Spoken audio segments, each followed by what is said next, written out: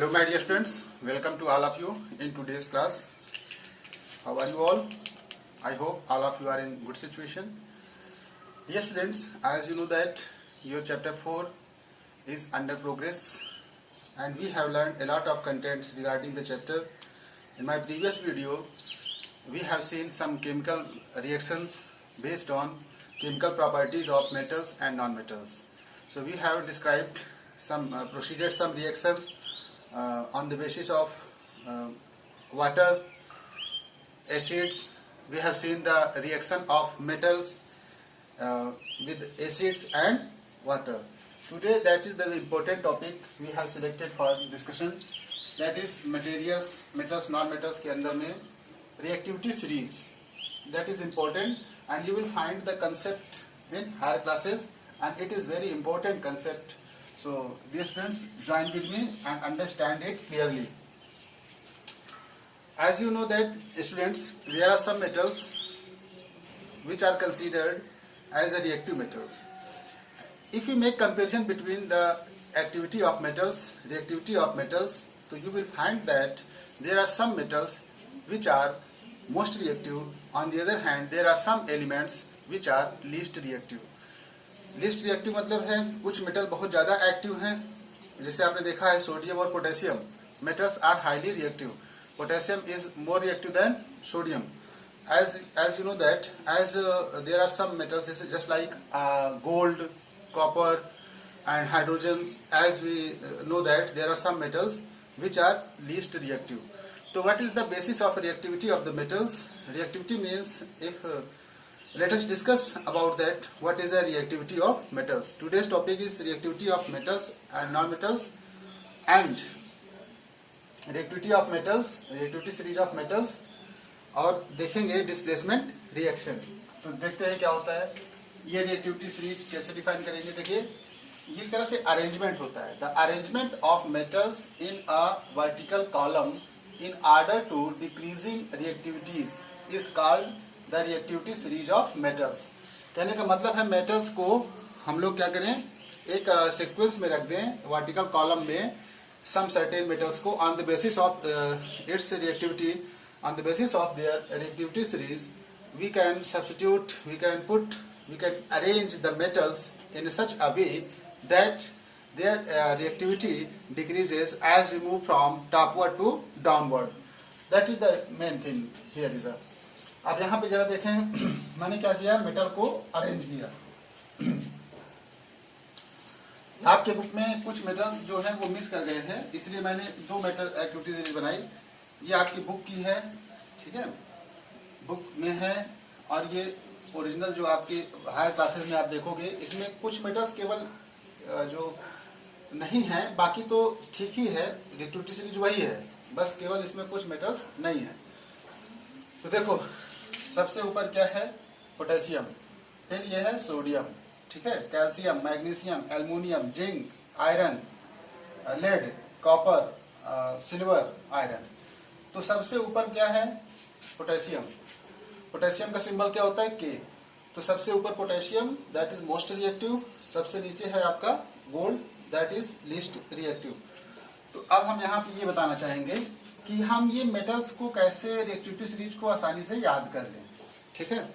A very difficult task to learn, memorise the all elements which have been arranged in a decreasing order of their reactivity. So how can we learn all the metals at a glance. एक बार में कैसे हम उसको याद करें. तो इसकी एक छोटी सी ट्रिक है, उस बेसिस पे हम लोग इसको ये याद कर सकते हैं. वो ट्रिक क्या है देखिए, इस पे अप्लाई करिए, बाकी वही चीज है. इसमें कुछ मेटल्स थोड़े से गायब हो गए हैं, तो इसको एक हम लोग एक ट्रिक से याद कर सकते हैं. वो कुछ ऐसा है ट्रिक, जैसे केक स्टैंड की देखिए, कैलाश नाथ का माली आलू जरा फीके से पकाता है, क्योंकि हर जगह, क्योंकि सीयू कॉपर, क्योंकि हर जगह, देखिए Hg, हर जगह का आलू. अब आलू थोड़ा सा कॉमन हो जाएगा, आलू अलग अलग पकता है, क्योंकि हर जगह आएगा तो Ag भी आ जाएगा. Hg और Ag, हर जगह का आलू, यानी फिर Au आया, अलग अलग पकता है. तो अलग अलग पकता है कि ये वाला जो टाइटल है ये हमारा साइलेंट हो जाएगा, इसका कोई मीनिंग नहीं है। तो हम कैसे याद रखेंगे देखिए, क्योंकि इसको याद रखने का ऐसा तरीका है कि जैसे कैलाशनाथ का एक माली है, वो क्या करता है, आलू को अलग अलग पकाता है। अब क्योंकि हर जगह का आलू अलग अलग पकता है, कैसे देखिए, के पोटेशियम, कैलाश नाथ, इसको थोड़ा सा लिख के मैं समझा दूं, देखिए कैलाश नाथ का माली आलू, आलू जरा ठीके से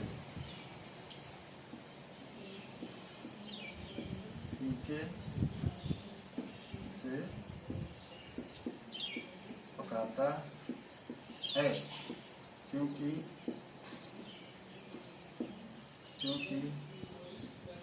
हर जगह का आलू अलग अलग, ये देखिए मैंने क्या लिखा, देखो कैलाश यानी के पोटेशियम, ठीक, नाथ सोडियम नेट्रियम, का कैल्शियम, माली Mg, और फिर इसमें माली है तो Al भी आएगा, माली, अब माली यानी Mg, फिर है आलू, आलू Al, आलू जरा Zr, आलू जरा, आलू जरा, जरा मतलब जिंक आ जाएगा बेटा, ठीक है, ये क्या आएगा आपका, जिंक आ जाएगा,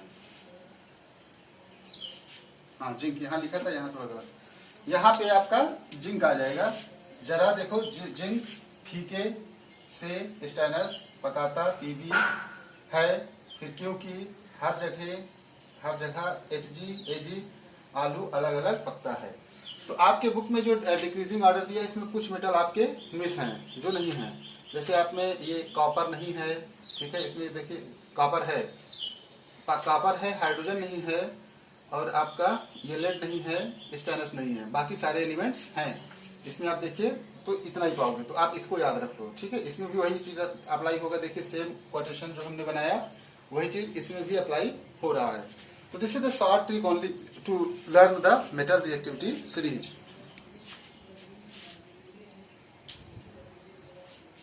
these are the short trick on the metal reactivity series.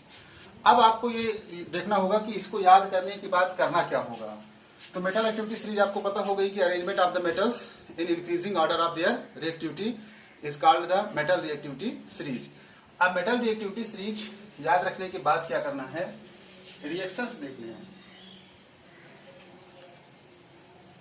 What is the reaction, that is the, क्योंकि हमारा पूरा है रिएक्शन बेसिस पे चल रहा है, इसमें आपको डिस्प्लेसमेंट रिएक्शन,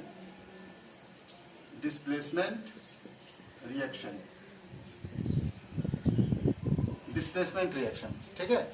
और ये हायर क्लासेस में बेटा आप पाओगे मेटल रिएक्टिविटी सीरीज को और डिस्प्लेसमेंट रिएक्शंस को, हायर क्लासेस में आप थोड़ा डिटेल में पढ़ोगे, इसलिए इसको अच्छे से अभी सीख लोगे तो आगे आपको काम आएगा। तो जैसे डिस्प्लेसमेंट रिएक्शन क्या है, सेम वही है जो मेटल रिएक्टिविटी सीरीज हम लोग पढ़े हैं कि when highly reactive metals, when highly reactive metal, या कह सकते हैं मोस्ट रिएक्टिव मेटल्स या more reactive metals reacts with least reactive metals of salt solution, then the most reactive metal displaces the metals of salt solution which are present in salt solution and substitute in place of that। कहने का मतलब है कि जैसे मैं यहाँ पे एक सोल्यूशन लेता हूँ CuSO4, कॉपर सल्फेट सोल्यूशन, ठीक है, वैसे ये ब्लू कलर में होता है, ब्लू कलर, ठीक है। अब ये ब्लू कलर का है, ये हमारा सोल्यूशन कैसा है, ब्लू इन कलर। अब इसको किससे रिएक्ट कराएं, जिंक से, zinc which is a silvery in white colour, silvery white colour का है, ठीक है, वाइट कलर। ये देखिए कॉपर सल्फेट सोल्यूशन, यानी ये साल्ट सोल्यूशन है आप copper, here is a zinc, this one, then what is the reaction, ZnSO4 plus Cu आपका बाहर हो गया, कॉपर आपका बाहर हुआ। अब यहाँ एक चीज ये देखिए, जो ये पूरा ब्लू कलर का था, अब ये सोल्यूशन हमारा पूरा कितना हो जाएगा, colourless.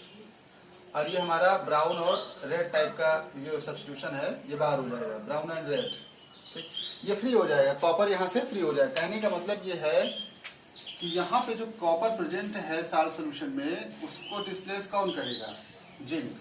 Zinc will displace copper from the salt solutions, this copper will free and zinc will substitute the whole solutions of, then the solution of zinc will be considered. उस समय क्या होगा, जिंक का सॉल्यूशन कंसीडर्ड होगा, ठीक है। तो इस किस लिए ये जिंक इसको डिस्प्लेस किया, on the basis of metal reactivity series, metal reactivity series. क्योंकि मेटल रिएक्टिविटी सीरीज में हमने देखा था कि ये ऐसा होता है, कैलाश नाथ का माली, ठीक है, आलू जरा पीके से पकाता है, क्योंकि हर जगह का आलू अलग अलग पकता है। देखिए मैंने डिक्रीजिंग ऑर्डर पूरा लिख दिया, देखिए this is the decreasing order of metal reactivity series. I have written the metal reactivity series in decreasing order. तो आप यहाँ देखोगे तो सबसे पहले क्या आया, अब इसको हम वर्टिकल कॉलम में ही रखते हैं, ऊपर से नीचे आते हैं तो रिएक्टिविटी सीरीज क्या होती है, घटती जाती है। लेकिन हमने क्या किया यहाँ पे हमारे ब्लैक बोर्ड में थोड़ा सा स्पेस कम है, इसलिए हम इसको ऐसे लिखते हैं हॉरिजॉन्टल वेज में, and you will consider it the same one as written in vertical column. देखिए यहाँ पे पोटेशियम, ठीक है, फिर यहाँ पे आपका आता है, ये देखिए सबसे लीस्ट हो गया आयरन। तो देखिए जिंक का प्लेस क्या है, जिंक इस ऊपर ही प्लेस में है, देखिए ये कॉपर आपका नीचे आएगा, इसलिए जिंक क्या है, कॉपर को डिस्प्लेस कर देगा।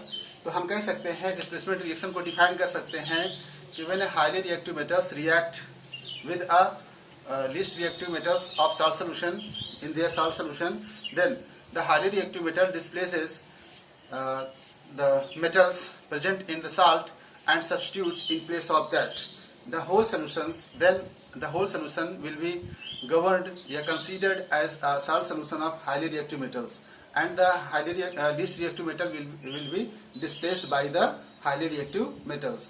हम कह सकते हैं कि most reactive metals reactions जो आप देख रहे हो यहाँ पे, that is the important। अब अगर हम इस reactions को थोड़ा सा उल्टा कर दें, कभी कभी पूछा जाता है कि is this possible reaction, then you will not confuse there on the basis of metal reactivity series.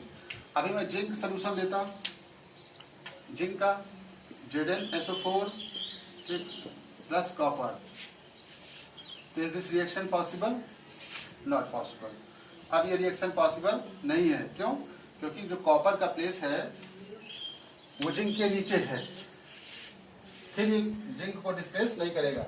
Zinc sulphate solution है यहाँ पे, salt solution of zinc, then copper in the presence of below the metal reactivity series and zinc is above the metal reactivity series in comparison to copper, then copper can not displace zinc. तो हम कह सकते हैं कि not possible, अब ये reaction possible नहीं होगी, ठीक है। क्यों नहीं होगी, on the basis of metal reactivity series, okay. जैसे मैं एक एग्जाम्पल लेता हूँ, FeSO4 ferrous sulphate plus copper. अब ये बताओ क्या ये रिएक्शन पॉसिबल हो पाएगी, इज दिस रिएक्शन पॉसिबल। ये आयरन का आयरन सल्फेट यानी solution of salt solution of iron react with copper, क्या रिएक्शन पॉसिबल है। तो फिर आप लिख लोगे पूरा, कैलाश नाथ का माली आलू जरा फीके से पकाता है, क्योंकि हर जगह का। देखिए जरा इसको, अब यहाँ पे आप देखोगे तो कॉपर कहाँ है, ये है, आयरन कहाँ है, आयरन ये है। तो iron is in above of metal reactivity series and copper is below. तो copper can not displace the iron from salt solution, so this reaction is not possible. ये रिएक्शन हमारी पॉसिबल नहीं होगी, this reaction is not possible. So dear students, in this video we can differentiate the reaction basis process and metal reactivity series, and we have seen the metal displacement reaction and reactivity series. Okay, students, thank you for connecting with me. Dear students, there are some homeworks which are attached in the video, and you have to solve the questions. Note down the homework. Take a screenshot for the further communication. Homework. पहला, define metal reactivity series. दूसरा, arrange the following metals in their increasing order of reactivity. Reactivity के increasing order of reactivity में हमको लिखना है। तो जैसे मैं लिख देता हूँ रैंडम, आपको लिख देता हूँ यहाँ पे, okay, zinc, iron, copper, potassium, sodium और पोटेशियम। इसको क्या करना है, आपको अरेंज करना है increasing order of reactivity series on the basis you have learn. ठीक है। Third is a define displacement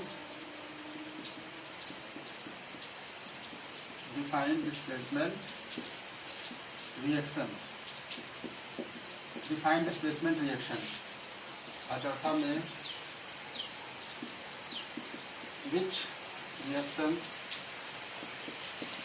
reactions are possible, कौन से रिएक्शन पॉसिबल होंगी। तो पहला आपका फर्स्ट इज CuSO4 को आयरन से कराएंगे तो क्या रिएक्शन पॉसिबल होगी। Next ZnSO4 FeSO4 CuSO4 plus Zn, ऐसे आप कर लीजिए। इसको यहाँ पे रख लीजिए, Zn को यहाँ रख लीजिए, ZnSO4 plus Cu। This is the arrow of the procedure. आपको केवल यस नो लिखना है, क्या ये रिएक्शन पॉसिबल होगी या नहीं होगी, और क्यों होगी, तो ये रीजन आपको लिखना होगा। तो take a screenshot of the homework, dear friends. Note down the homework clearly. पहले में क्या करना है, define metal reactivity series, arrange the following metals in their increasing order of reactivity. Zinc दिया है, आयरन दिया है, कॉपर दिया है, सोडियम और potassium. Define displacement reaction, which reactions are possible. जैसे मैंने CuSO4 को Fe से लिखा, ZnSO4 को Cu से किया, तो क्या यहाँ पे लिख देंगे, पॉसिबल होगा तो पॉसिबल, नॉट पॉसिबल तो not possible. Thank you students.